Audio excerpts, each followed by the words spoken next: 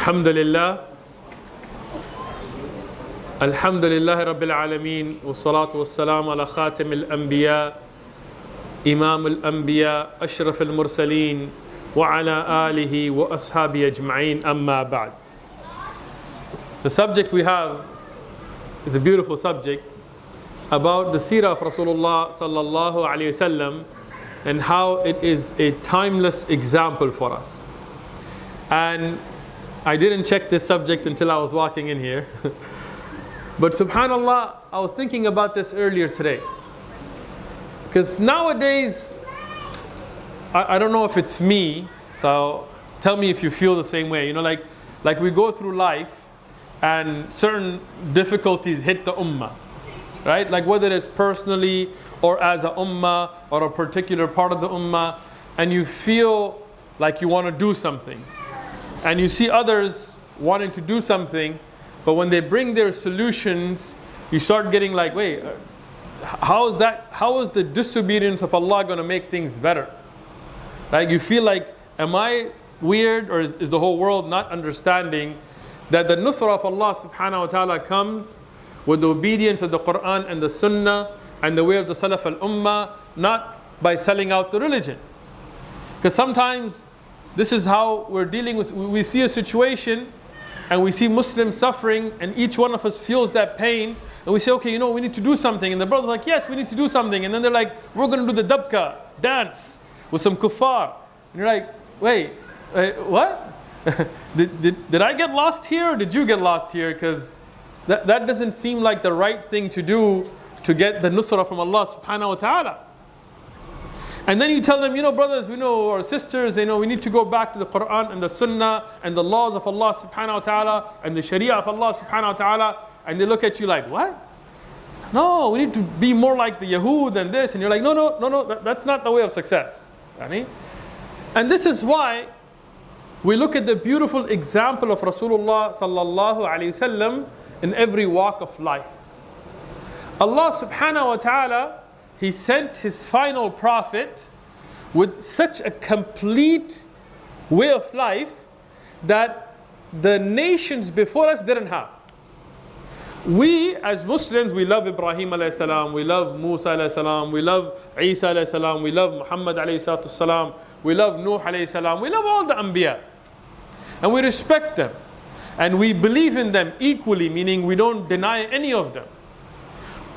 But if you think about it, for example, Isa ibn Maryam, they call him Jesus, peace and blessings be upon him, a great prophet of Allah, a great example.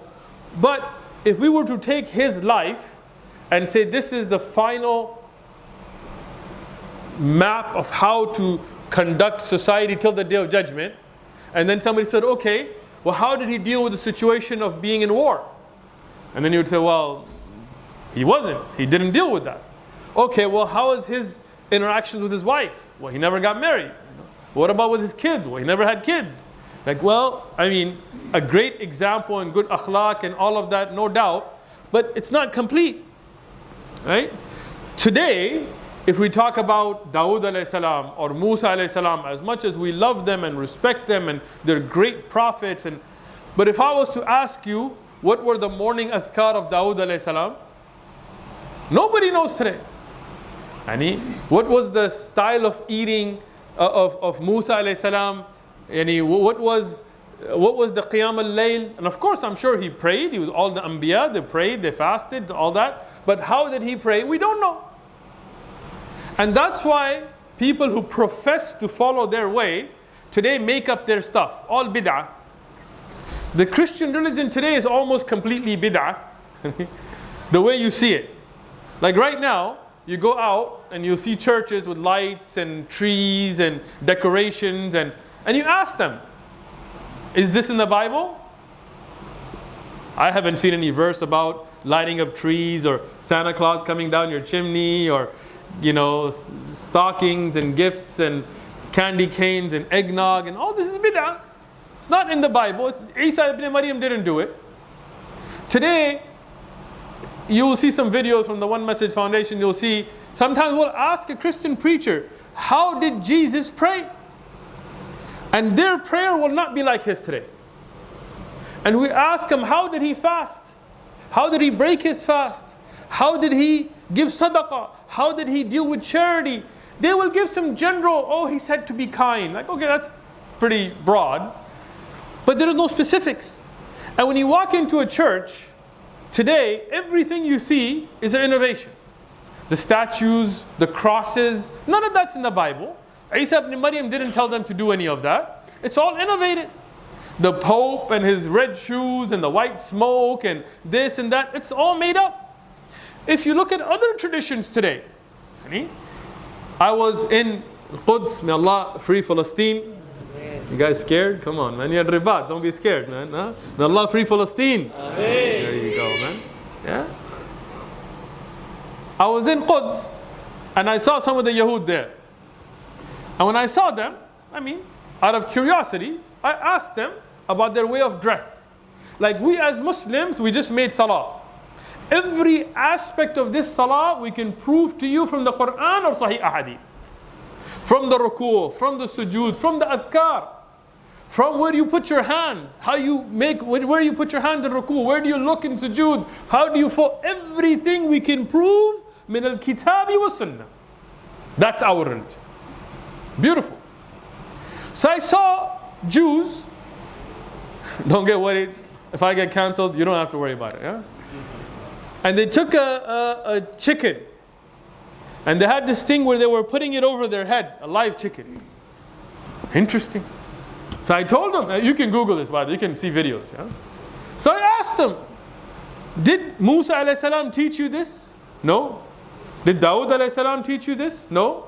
Is it in the Torah? No. In the Talmud? No. Where did you get this? Well, Rabbi Fulan said that if you do this, then your sins are forgiven, and live chickens are being tortured, and their wings are breaking, and all bid'ah. I saw them with big jackets, and huge hats, furry, big caps. Cool looking caps, I'm not dissing. No hate here, right? But I asked him, where did you get this from? Like, did Musa alayhi salam dress like that? Did Isa alayhi salam or Dawood alayhi salam or Sulaiman alayhi salam or the prophets that we can believe in, that you believe in, did any of them? No. In Europe, oh, that's interesting. Not even the Middle East. Let's go back to their roots, right? Have you seen those hats that are like big furry hats? You know where that started from? Yehudi told me. In Austria, a king wanted to mock the Yahud, so he made them wear fox tails as a mockery. And they said, you know what, let's own it. Let's make it like the N-word. Let's own it so that, people can, not make fun of it. So originally it started as a derogatory thing, but they owned it and they started wearing those. And now, when you go to Quds, where it's really hot, at that time it was really warm, you're wearing these big furry hats. Why? Not because in the Torah, not because Musa alayhi salam, because it's Austrian mockery that you've brought into your culture. The big black hats, the top hats, none of that is from their religion. It's all bid'ah. But alhamdulillah, thumma alhamdulillah, Allah subhanahu wa ta'ala preserved this religion for us. First and foremost with the Quran, of course, with the preservation of the letter by letter, word by word, sound by sound, qira'at by qira'at of the Quran. But also with the life example of the walking Quran, which is the life of Rasulullah sallallahu alayhi wasallam. If we look at Rasulullah sallallahu alayhi wasallam, it's an example till the day of judgment. How to deal with a wife, we can find in the seerah. How to deal with your children, we can find with the seerah. How to deal with your neighbor, we can find with the seerah. How to run a government, we can find in the seerah. How to give sadaqah, we can find in the seerah. How to pray in the night, we can find in the seerah. How to solve the issues that come between people, we can find in the seerah. How to deal with mirath, with inheritance, we can find in the seerah. What are the huquq of the husband, huquq of the wife, huquq of the children, we can find in the seerah. How to show the best akhlaq, we can find in the seerah. How to be a firm warrior, we can find in the seerah. How to wrestle somebody, we can find in the seerah. How to lead an army, we can find in the seerah. How to be kind to prisoners of war, we can find in the seerah. All of that preserved. And that's something beautiful. The seerah of Rasulullah sallallahu alaihi wasallam is a beautiful roadmap for us. How to give da'wah. How to deal with animosity. How to deal with people trying to kill you and commit a genocide against you. How to deal with people that want to make peace with you, to make peace with them. All of that in the seerah of Rasulullah sallallahu alaihi wasallam. In fact, one of the things that I get asked a lot, one of the questions I get asked a lot, how do you stay patient in da'wah? Because as you may see, and some of you know, when you go out to the streets, when you're not sitting in a stage somewhere or a studio, when you're actually on the streets, in the parks, giving da'wah, you come across all kinds of people that will yell at you, that will spit at you, that will scream at you, that will talk over you, that will not let you speak, right? And you're telling them like, you speak and then I speak, but they won't, right? Some that will physically attack you, right? How do you deal with that? Wallahi, the best example is the Prophet ﷺ. How do you stay patient? Always go back to how the Prophet ﷺ did it. Myself, I think about what a beautiful example Rasulullah sallallahu alaihi wasallam was for us. Imagine you are somebody who lived your life in an exemplary way. Meaning, before prophethood, when Rasulullah sallallahu alaihi wasallam was not given the prophethood, when Jibreel alayhi salam did not come to him, before he was told, Iqra bismi rabbika alladhi khalaq, before all of that, 40 years you live with impeccable character.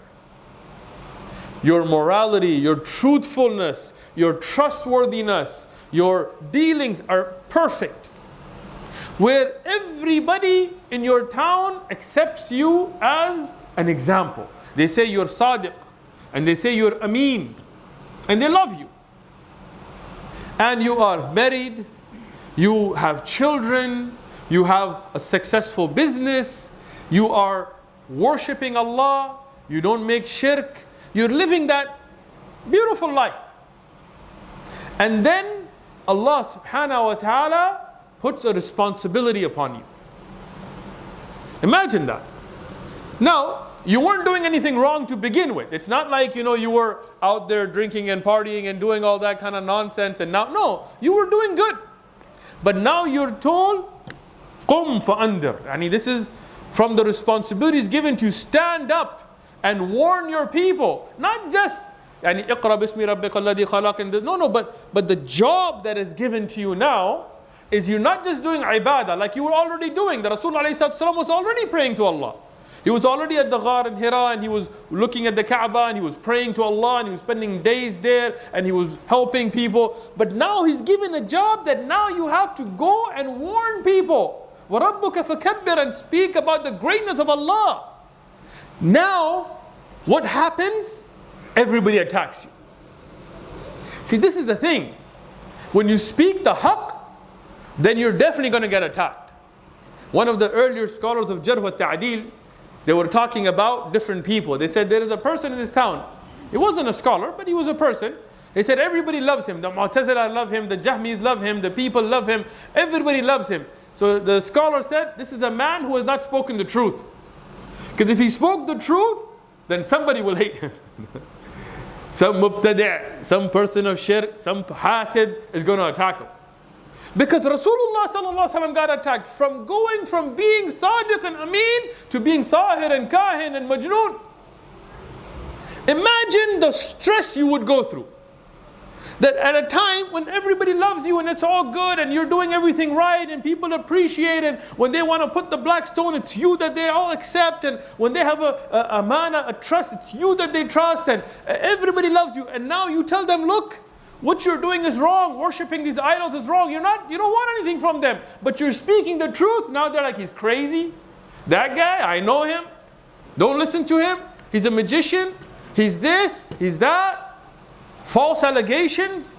Why? Because when you stand on the haqq, hasad is going to come. That's just the way it is. When Musa alayhi salam was living amongst his people, before Allah told him, idhab ila al-Fir'aun, before he was told, idhab ila Fir'aun, to go to Fir'aun and speak to him, before that, he had no problems. He was living in the mansion of Fir'aun. He was, even though he was from Bin Israel, but he was living the life of the pharaohs, raised in the house of Fir'aun. But the moment now that he speaks the truth and invites Fir'aun to the worship of Allah and tells Fir'aun, you're not Rabbukum al-Ala, you're not the Lord, the Most High. Now he's a murderer, now he's a magician, now he's conspiracy, now he's that. Why? Because that's the sunnah. When you stand on the haqq, the hardship will come. But now, for us today, because we're facing the same thing today. Today, you'll get invites. You're invited to be a speaker at this place, but you can't say this, you can't do this, you can't do that, you can't say this, you're gonna say this, you're gonna say that, this. Now your options come. Sell out, become popular, get rich, get famous, or speak the truth. And if Allah raises your rank, Allah will raise it. If He doesn't, He doesn't. Right? Now, when that choice comes, how do you deal with it? Rasulullah sallallahu alayhi wasallam is the best example for us. He was offered leadership.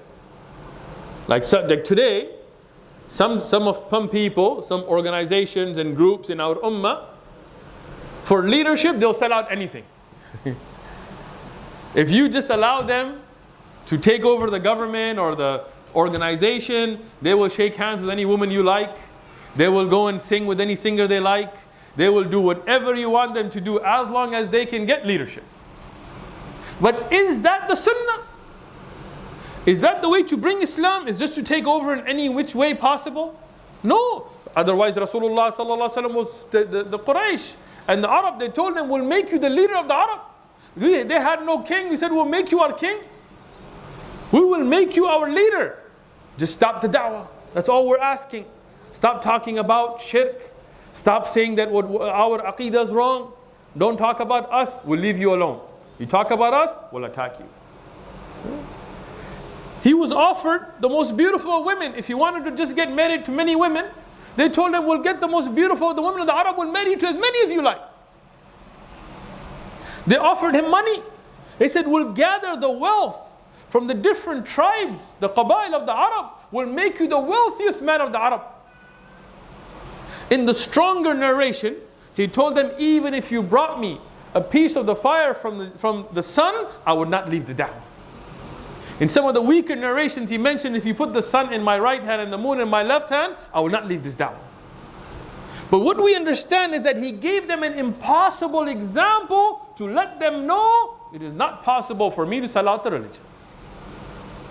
They made him many offers. Hey, you come to our church for Christmas, we'll come visit you for Eid. They didn't make him that offer, but that's the offer we get today. You come pour some water out for us, and we'll go and do this for you. Right? The Quraysh told them the same thing.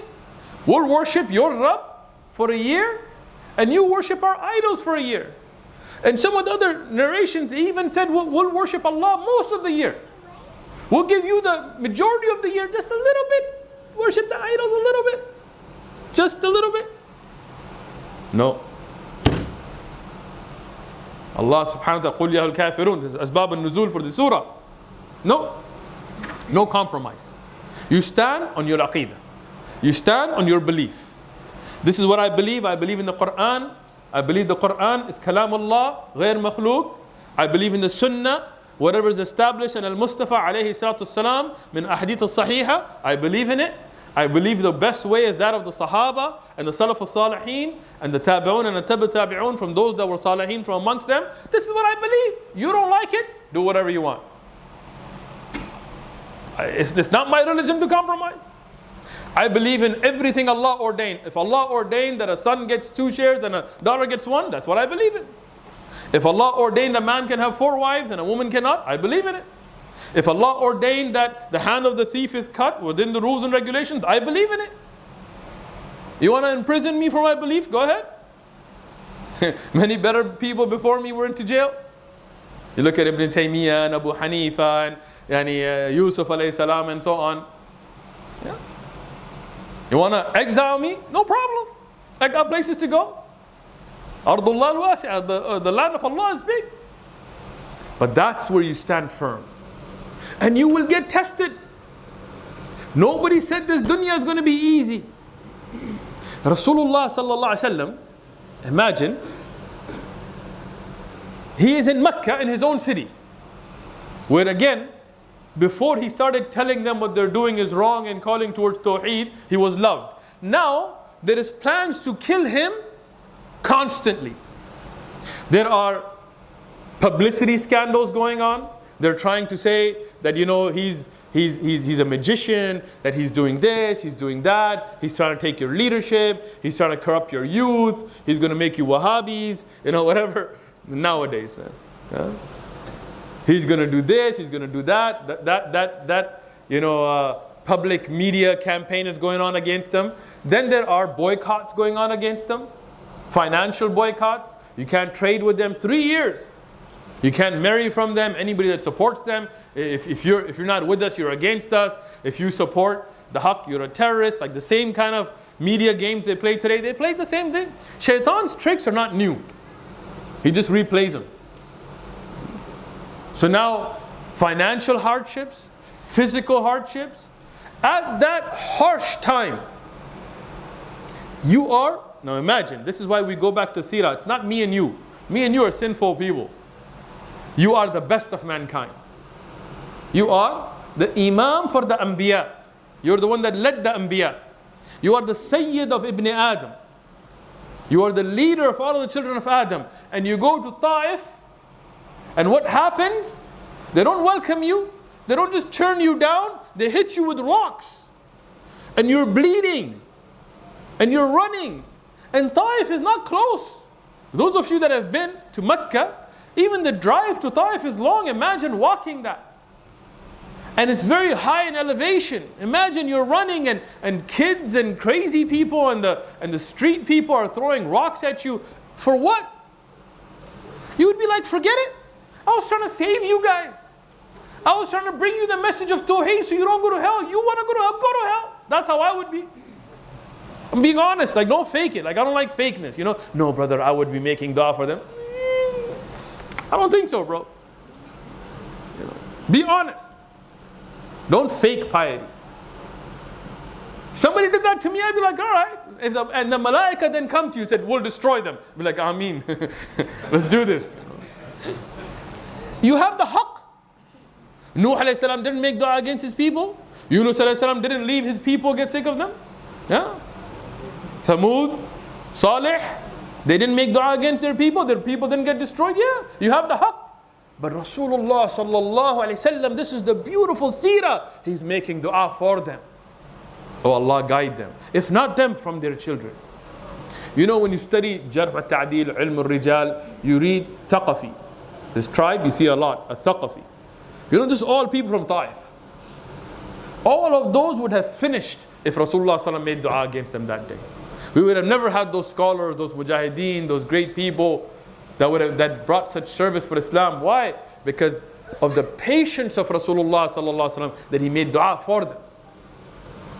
Then you are sitting in your own house, minding your business, and you see the qabail, the different tribes of the Arab, even from the Quraysh themselves, from your own people, gathering outside with spears and swords, and from different tribes. So it's not like you're going to take them all on, waiting to kill you. Imagine that. You know, today, when you're honest, right? Today, sometimes we're like, man, like, why I gotta get looked at like this? Just because I got a beard, just because I'm wearing a thobe, just because I'm trying to follow the sunnah, why do I gotta go through these hardships? Why me? Like, even though we may not say it out loud, but we think it.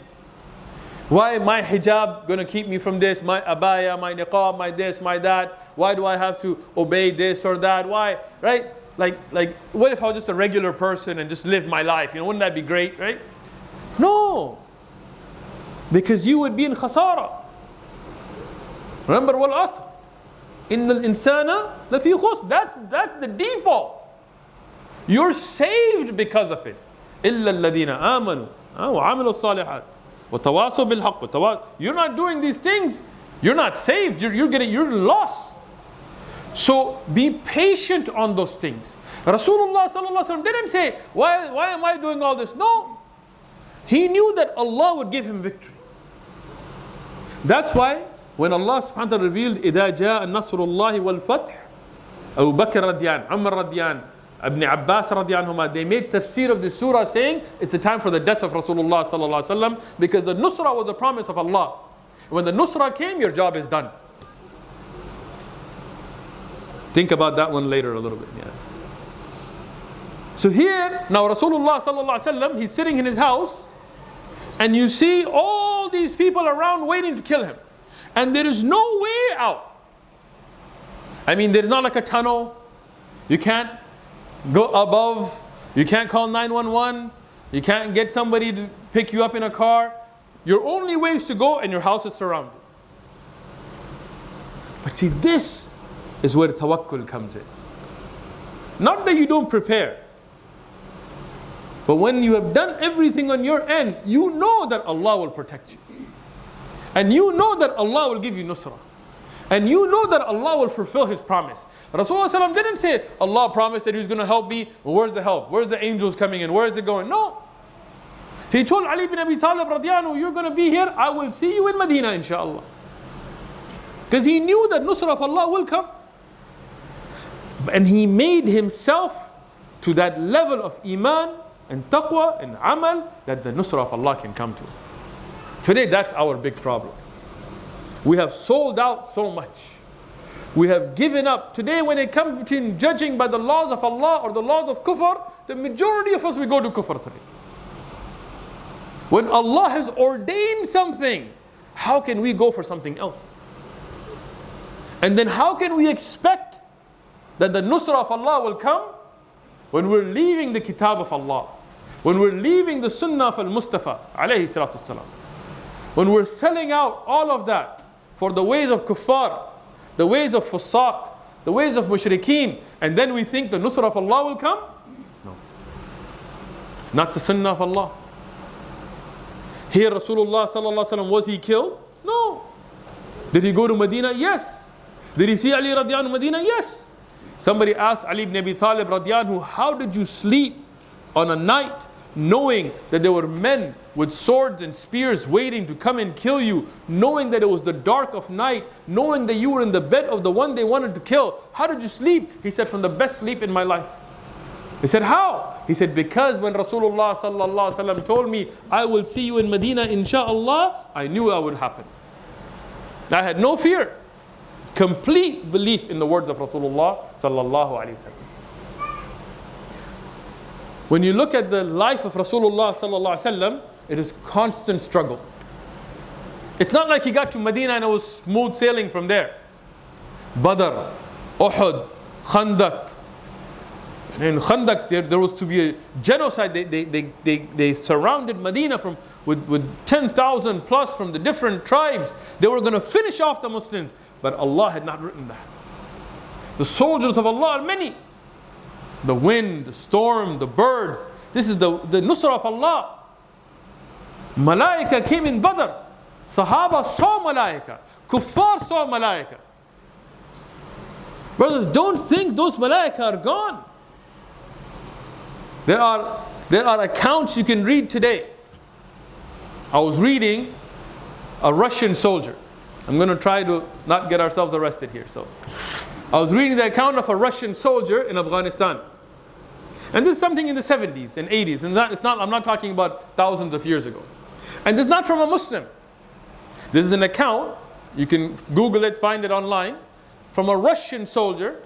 He said, when we were fighting the Muslims in Afghanistan, he said, we saw, and we have brothers here that were there so they can attest more to this. He said, we saw them and we saw our armies, and we outnumbered them, we surrounded them. And we were in a place of an easy victory against them. He said, but then I saw those that were in white on horses that came from behind us, that went through us, destroyed our tanks, and they didn't even have a weapon on them. These were Russians. And these were their accounts. So know that the nusrah of Allah is there today. And it can come today. But it is us who have to change ourselves. And until we change ourselves, our situation will not change. And we will not change, and we will not benefit, and we will not resurrect this ummah except by going back to the original state. I'm not saying that we don't drive cars, that we drive, ride around in camels. No, those are adat, those are urf, that is traditions, that is from the things of the time. It's time for, I'm not saying you got to go walk around with arrows and swords. Guns are guns, right? Cars are cars, planes are planes, cell phones, no problem. But how is your ibadah? How is your aqeedah? How is your manhaj? Those things don't change with technology. The Quran is the Quran. The sunnah is the sunnah. The aqeedah is the aqeedah. The manhaj is the manhaj. Go back to it. Stand firm on it. Don't worry about what people say about you. Don't worry about being cancelled. Don't worry about being made to look like as if you are too hard, too extreme, Alhamdulillah, Islam is the deen of wasat. It's a middle path. We don't believe in extremism. We don't believe in liberalism, and we don't believe in extremism. We believe in al-wasat, the middle path. What is the middle path though? Because everybody will say, my path. No. Zin bil kitabi was sunnah. You weigh it with the Quran and a sunnah of al-Mustafa alayhi salatu salam. You go back to the seerah. I tell you, today we say things, but we don't mean it. We say things, but we don't mean it. A brother will get up and say, our success in this life and the hereafter lies in obeying Allah subhanahu wa ta'ala in the way shown to the Prophet sallallahu alaihi wasallam. Beautiful. What a beautiful statement. Our success in this life and the hereafter relies in obeying Allah and the sunnah of Prophet sallallahu alaihi wasallam. What a beautiful statement. I love it. You tell the brother, that's beautiful. By the way, what you're doing is not according to sunnah. Here's the hadith, here's Bukhari, here's Abu Dawud, here's Tirmidhi, here's the Sihah. No, brother. Sorry. Our elder said no. Wait, what? No, Buzurgs. You're Wahhabi? This is our thing. What happened to obeying Allah? What happened to the sunnah of al-Mustafa alayhi salatu salam? Huh? That's why even the Khawarij, they would say al-hukm lillah. Right? The hukm is only for Allah. Ali ibn Abi Talib said, al-qawl al-haq wal-murad bihi batil. He said the statement is true, but what they mean by it is batil. Today we say, we love the sunnah, we love Rasulullah sallallahu. I was in another country, and this brother came to me and he said, you don't love the Prophet sallallahu. I don't even know the brother. I was like, why do you say that? I love Rasulullah. He goes, because when his name is mentioned, you don't kiss your hands. In the adhan, but he said azan, when they say Muhammad, they said, you're supposed to do this, I think I'm joking, man. You go to this country, you'll see him. I'm not going to mention the name, but Mukarram just came from it. So they're like, you got to do this. That's how you love Rasulullah. I told him, brother, first thing, maybe you could have grown your beard a little bit, right? I mean, I'm just saying, if you brought, I didn't say anything to you. I mean, but now that you brought it up, right?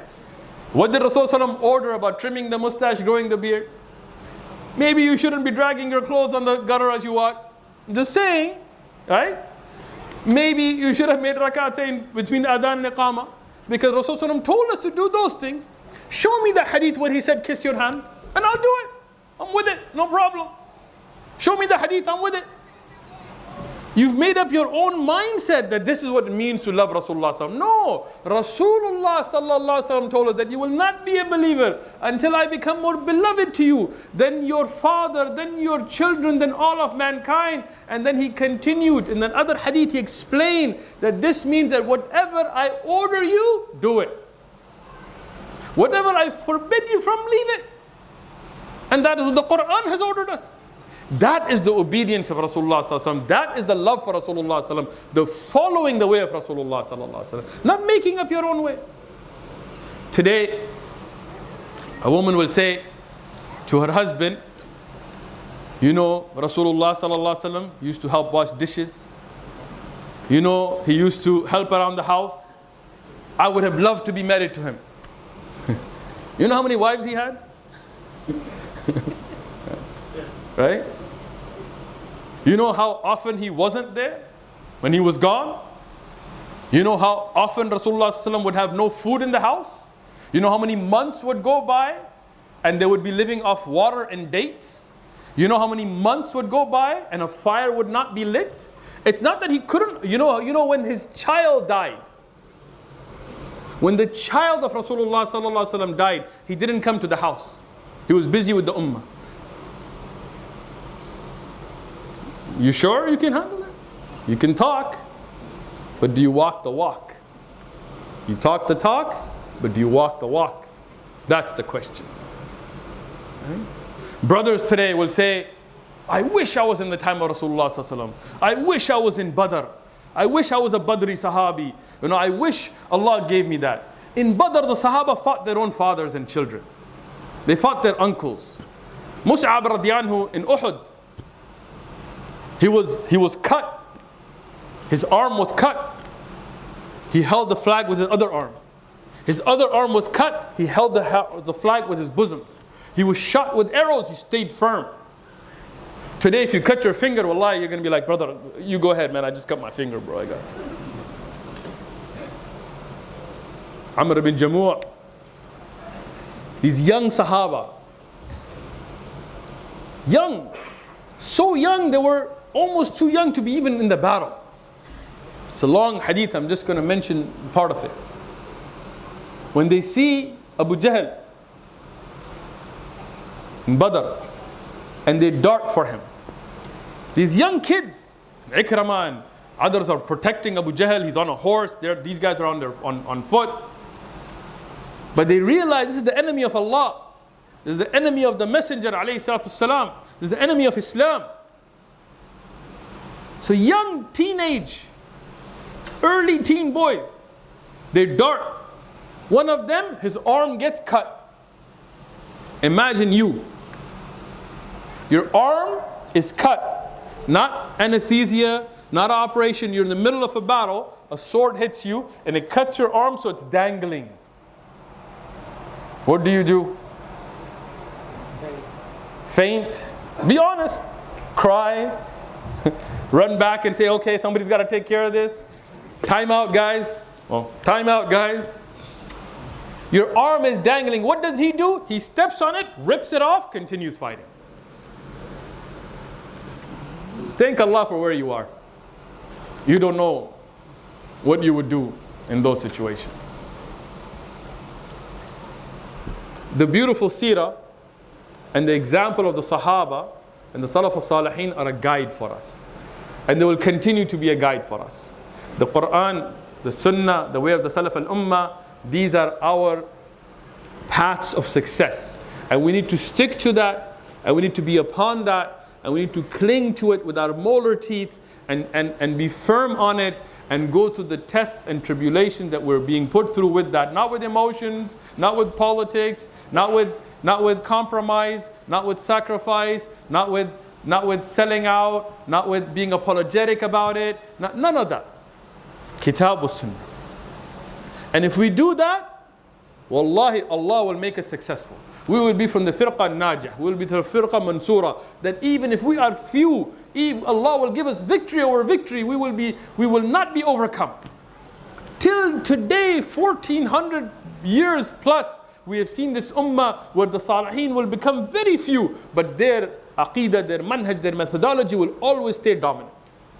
We saw it in Ibn Qudama's time, Ibn Taymiyyah's time, and we saw it in earlier times and past times, and Imam Ahmad's time, and all of that. And we'll see it today. And if we sell out from it, you might get temporary fame. You might get temporary political gains. But wallahi, you will be a loser in dunya and akhirah if you sell out from the Quran and Sunnah. I will just mention one last thing. In the time of Rasulullah sallallahu alaihi wasallam, there were many who were famous for their poetry. And there were many that were famous for their good looks, handsomeness, or beauty for women. And there were many that were famous for their wealth. And there were many that were famous for their wisdom, their intellect. Today, none of us even know their name. And if they died on shirk, they're all in the nar. But people like Julaybib radiallahu anhu, people like Bilal radiallahu anhu, people like Khubab radiallahu anhu, people like Ibn Mas'ud radiallahu anhu, people that people would have thought as the lowest of people, when they became strong, imsakan, firm on the Quran and Sunnah, Allah raised their ranks in dunya. Allah made them umara, leaders. Bilal radiallahu was the Amir of Sham, the richest area in Ummah at the time. He was the darkest of the Sahaba, in charge on the whitest of the Ummah at the time. Because they didn't care about color. They didn't care about being a slave. They cared about his taqwa. His sticking to the Quran and Sunnah. And the akhirah, he will be in front of Rasulullah sallallahu alaihi wasallam going into Jannah. Right? Allah will make them successful in dunya and akhirah. Today, where is Fir'aun? And where is Musa alayhi salatu wasalam? So keep this in mind as we go through life. And I hope this short reminder, or not short enough maybe, is a reminder from myself and my brothers and sisters in Islam. And inshallah we're going to continue with the other talks going on. Our brother Gabriel Rahmani is here, mashallah. And we also have talks tomorrow and the day after, just reminding everybody, inshallah ta'ala. So we're going to take a short break. No QA right now. Inshallah, we'll have him speak after the